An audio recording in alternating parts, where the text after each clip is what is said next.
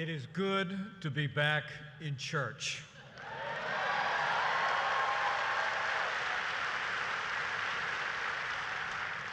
Pastor Jeffers, thank you for that overly generous introduction. Thank you for your ministry.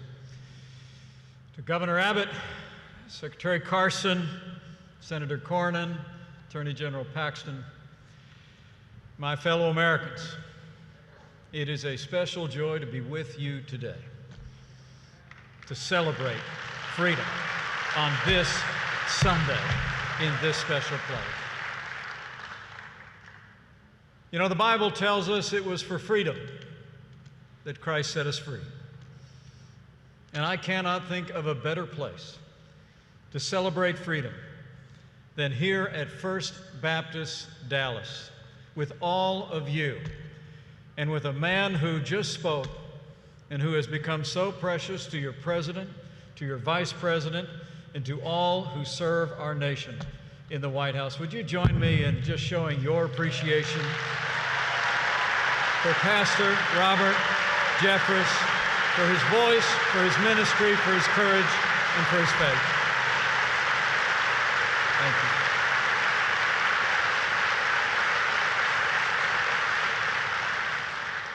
And speaking of friends of mine, allow me to bring greetings from another friend of mine.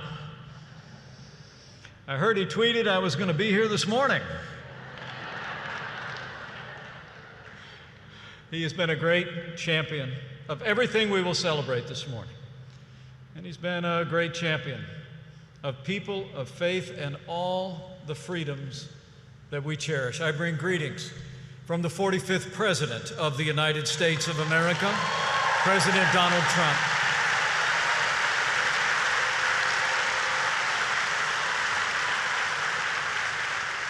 Just a few days ago, the President said these words. He said, "We will never stop fighting for the sacred values that bind us together as America.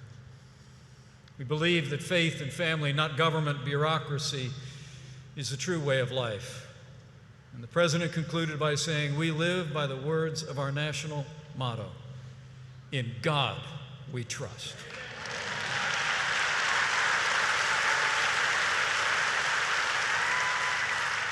And so it can be said of First Baptist Dallas, since 1890, when a small group of believers laid the cornerstone of this church, this congregation has understood that the foundation of America is freedom, and the foundation of freedom is faith.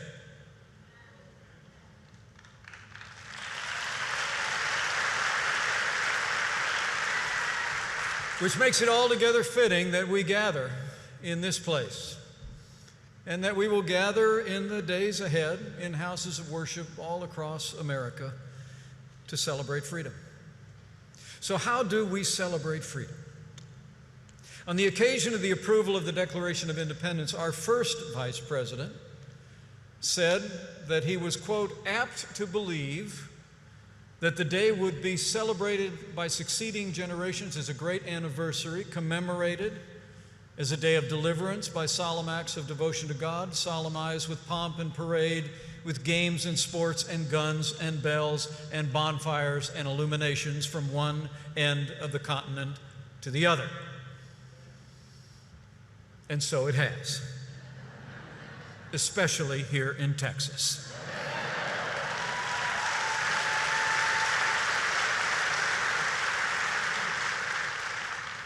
And even in these challenging times, Americans will find ways in the days ahead as we approach our Independence Day to celebrate just as John Adams described.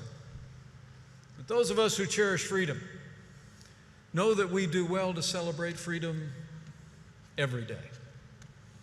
And to remember, as President Reagan said, the freedom is never more than one generation away from extinction. We didn't pass it on to our children in the bloodstream. It's to be fought for, protected, and handed down to them to do the same. And I'm proud to report to you, as your Vice President, that from the first days of this administration, that's exactly what President Donald Trump has been doing. Protecting, defending, and celebrating freedom of every American, of every race and creed and color. And to celebrate freedom means many things. To celebrate freedom means building an economy where every American of every walk of life can live the American dream. And under this president, we've allowed Americans to keep more of what they earn. We've rolled back the heavy hand of federal red tape at a historic pace. We've unleashed the vast natural resources of this land. And with that renewed freedom before the pandemic struck, American businesses, large and small, had created more than 7 million jobs in our first 3 years. As we work now to safely reopen this state and this nation to put Americans back to work and to worship, let me take this opportunity to commend Governor Greg Abbott for his courageous and compassionate leadership for the people of Texas during this challenging time. Thank you, Governor Abbott.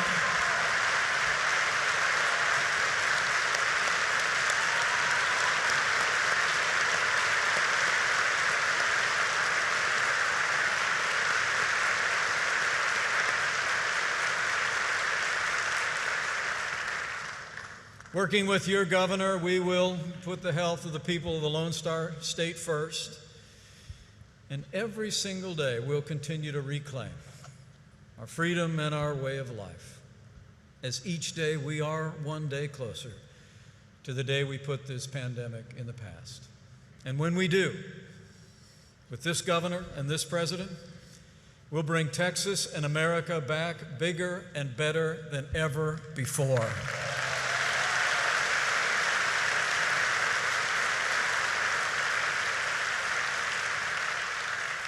And as we did this morning, to celebrate freedom also means standing up for and standing with those who defend our freedom at home and abroad. The armed forces of the United States are the greatest force for good the world has ever known.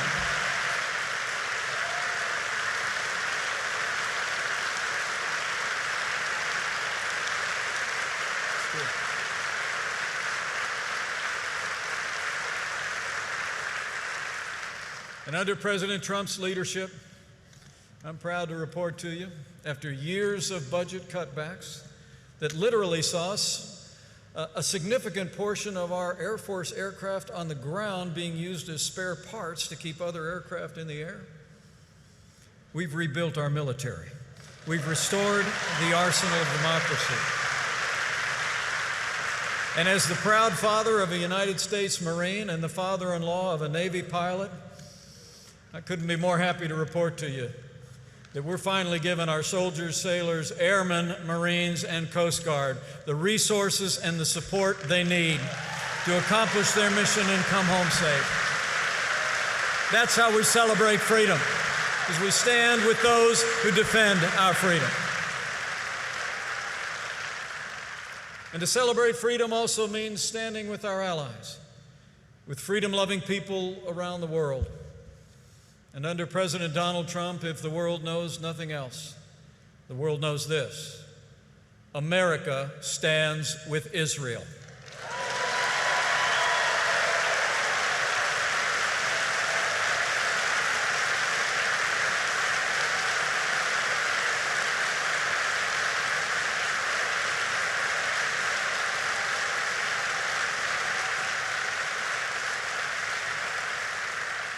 And to celebrate freedom also means standing up for persecuted people of faith all over the world.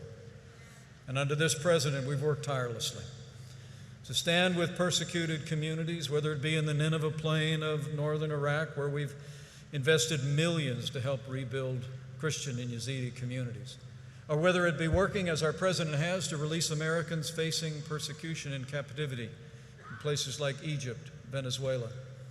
And Pastor Andrew Brunson is home.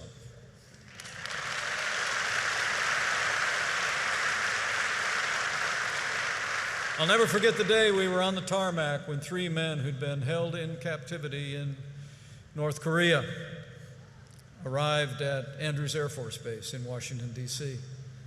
They came down the stairs, and with the Secretary of State at my side, they handed each one of us a 3x5 card that's now framed in my office. On one side was a word of thanks to us and to the president. And on the other side was a Bible verse as they were praising the Lord for being freed from captivity. They were men of faith, and they are free today.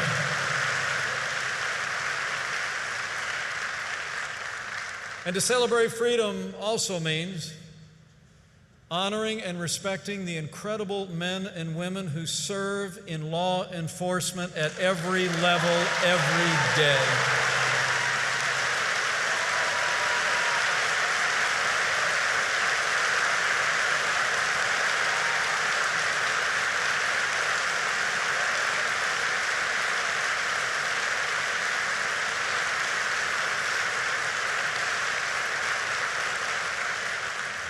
The American people know most of those who put on the uniform of law enforcement every day are the best people in this country. They walk out the door every morning, they risk their lives to protect us and our families. But we all know the tragic events of recent days. And let me say, there's no excuse for what happened to George Floyd, and justice will be served.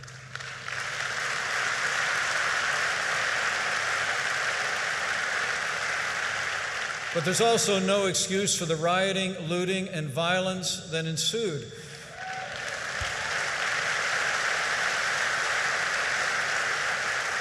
Burning churches is not protest. Tearing down statues is not free speech. There will be no tolerance for vandalism or violence in the United States, and we will prosecute those who do it to the fullest extent of the law.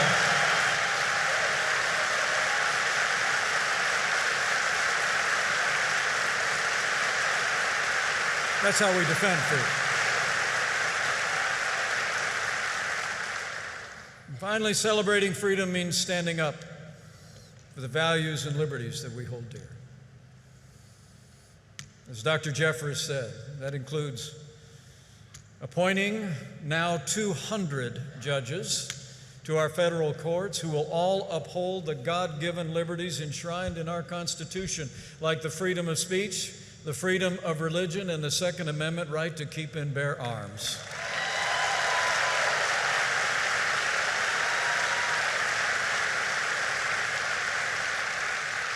And none of it would have been possible without the strong support of the two senators from Texas who have stood with this president every step of the way. We want to thank Senator Ted Cruz, and join me now in thanking Senator John Cornyn for his principled, conservative leadership for our judiciary and our nation.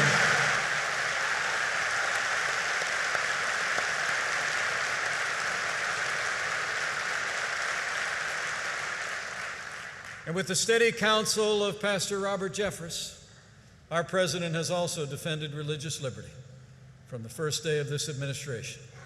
We restored enforcement of the nation's conscience laws. We ended enforcement of the Johnson Amendment so the freedom of speech does not end at the front door of houses of worship in America.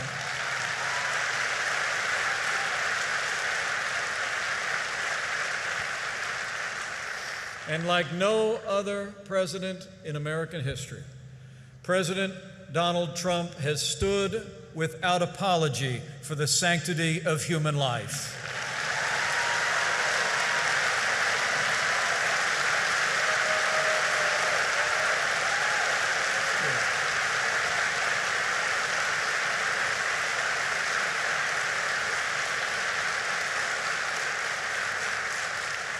This president and our administration celebrate freedom every day by upholding the ideals on which this nation was founded and defending them in each and every action.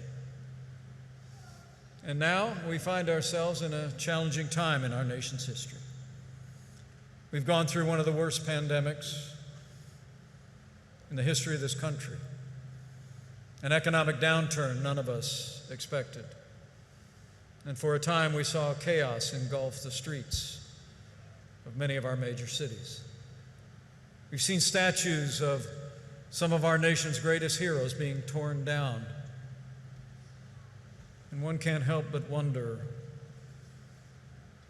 that ancient question that if the foundations crumble, how can the righteous stand? And yet, in the midst of such trials, American Christians have hope. We remember the countless triumphs we've won, even in our darkest hours. Victories against empires, against injustice, against diabolical tyrannies across the world. During these times, we do well to remember that the foundation of America is freedom, but the foundation of freedom is faith.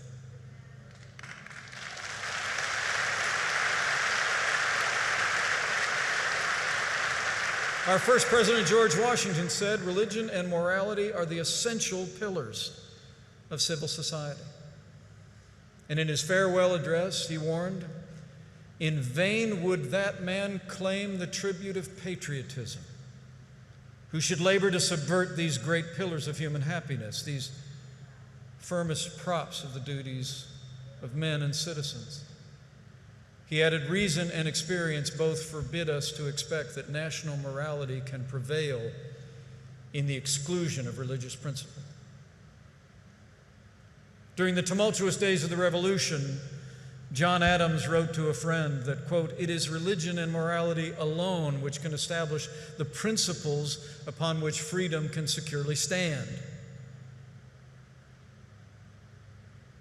And when he became president, he said, "Our Constitution was made only for a moral and religious people. It is wholly inadequate for the government of any other." It is the faith of the American people that has sustained us through every dark hour of this nation's history. And it is the faith of the American people that will sustain us through these days.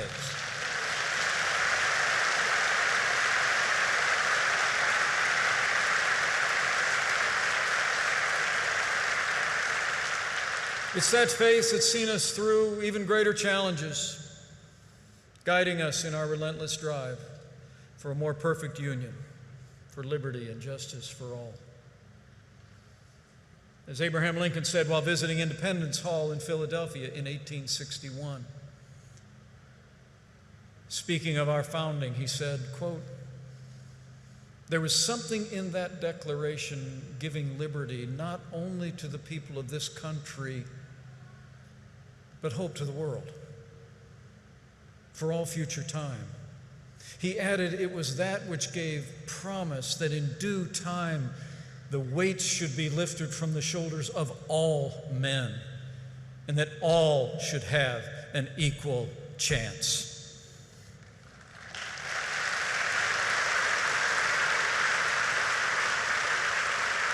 And it happened. Dr. Martin Luther King Jr. said of the same founding documents that they were a promissory note of America, a promise that was made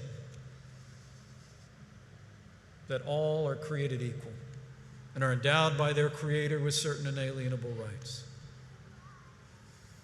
And in the fires of a civil war, in the midst of a civil rights movement, it was the faith of the American people that drove us toward a more perfect union, and the faith of the American people will continue to perfect our nation for generations to come.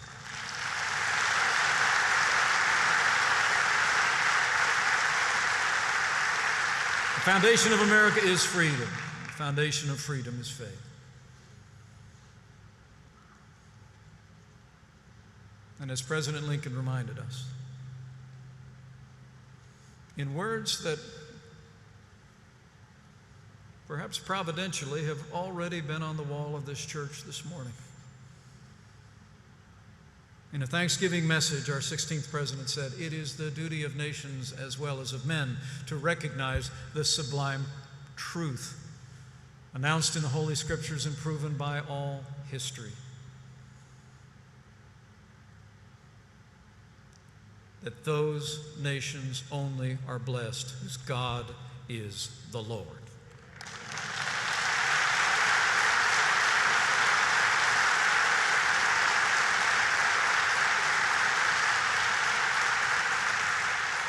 So in these challenging times, let's hold fast to freedom.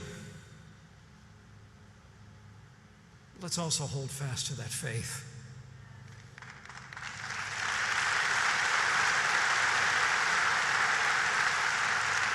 Let's take to heart the title of Pastor Jeffrey's latest book, and let's start praying for America again.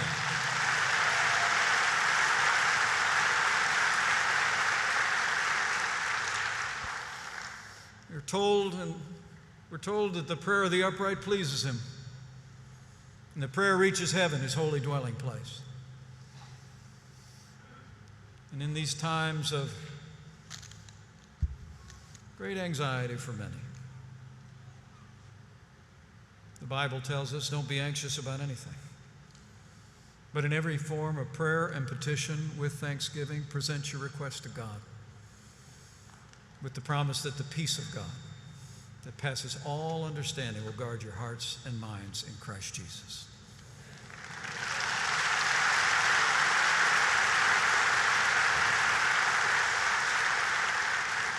As our nation faces these difficult days, I believe more than ever that we stand in the need of prayer. And coming here today, I thought I wanted to encourage you as you celebrate freedom in this coming week. Practice prayer in a renewed way. As we think about the challenges, the loss of more than 125,000 of our countrymen, we think of the grief of those families. We think of those that are still struggling with this disease today, and those that have endured economic hardship in the midst of the challenges we face.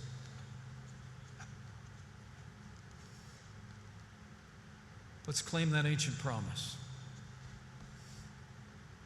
that if his people who are called by his name will humble themselves and pray,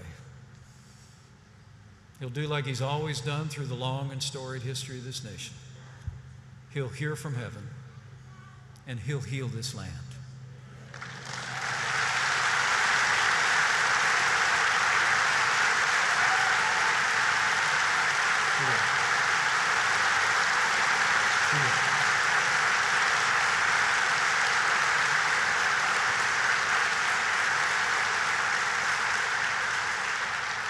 So thank you for letting me join you for this Celebrate Freedom Sunday here at First Baptist Dallas. I would have just come just to sit in a pew because it has been good for my heart to worship with you all this morning. And let me also say, it's the greatest honor in my life to be your vice president, and I thank you for myself and for my family.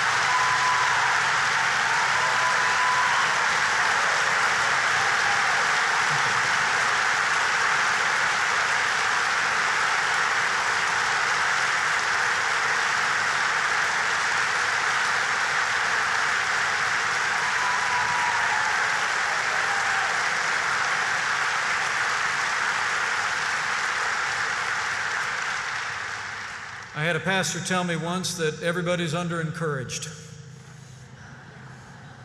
You have encouraged your vice president. And I know all of those in our delegation who are with us today. And we thank you. And I leave here today that God is at work. And I had occasion to be reminded that even when it doesn't seem that way, God is still working. A little bit earlier this week, you see, I received a letter from a pastor who leads a church not far from Jacksonville, Florida. He told me of a time that he and his new bride were attending Asbury Seminary in Wilmore, Kentucky in 1977.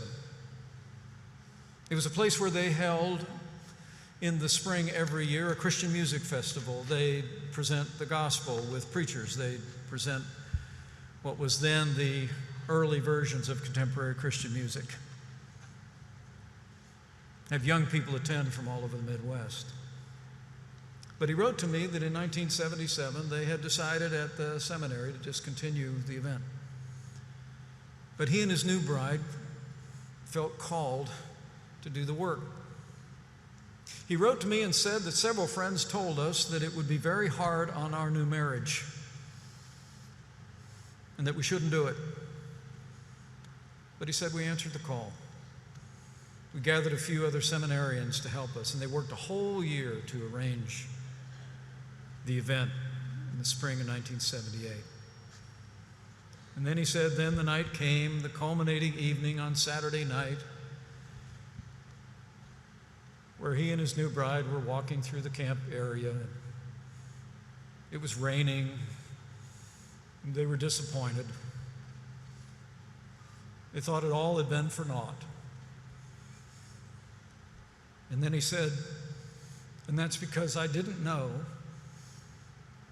that that night a future Vice President of the United States of America would be giving his life to Jesus Christ.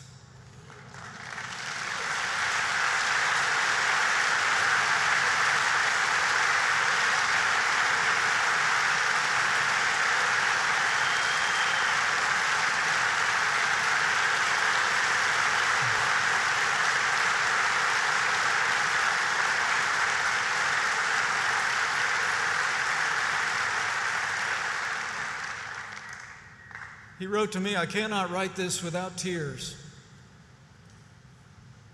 And I could not read it without tears. Because I remember that night, sitting on a hillside. It was raining. And it was like I heard the words for the first time. But God so loved the world that he sent his only begotten Son, that whoever might believe in him might not perish, but have eternal life. And I stood up and I walked down that night, not out of a sense of intellectual assent,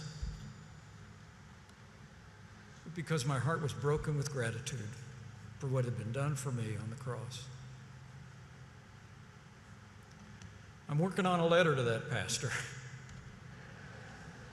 which I will not be able to write without tears.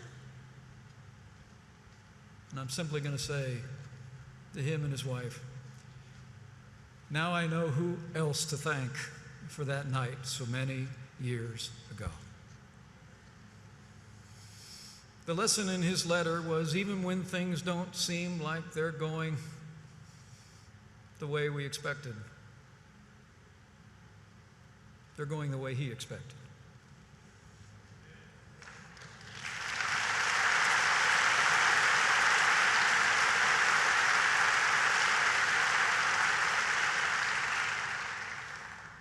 And we can claim those other ancient words that have been over the fireplace in our home in Indiana, in the governor's residence, in the vice president's residence today. They read, for I know the plans I have for you, plans to prosper you and not to harm you, plans to give you a hope and a future. And I believe with all my heart, on this Celebrate Freedom Sunday and every day, that if we will but hold fast to him, we'll see our way through these challenging times. We will restore our nation's health. We will renew our freedom, and we will inspire people across this land with our witness of the love and compassion and strength that comes in a personal relationship with Jesus Christ. Thank you for letting me join you today. God bless you, and God bless them all.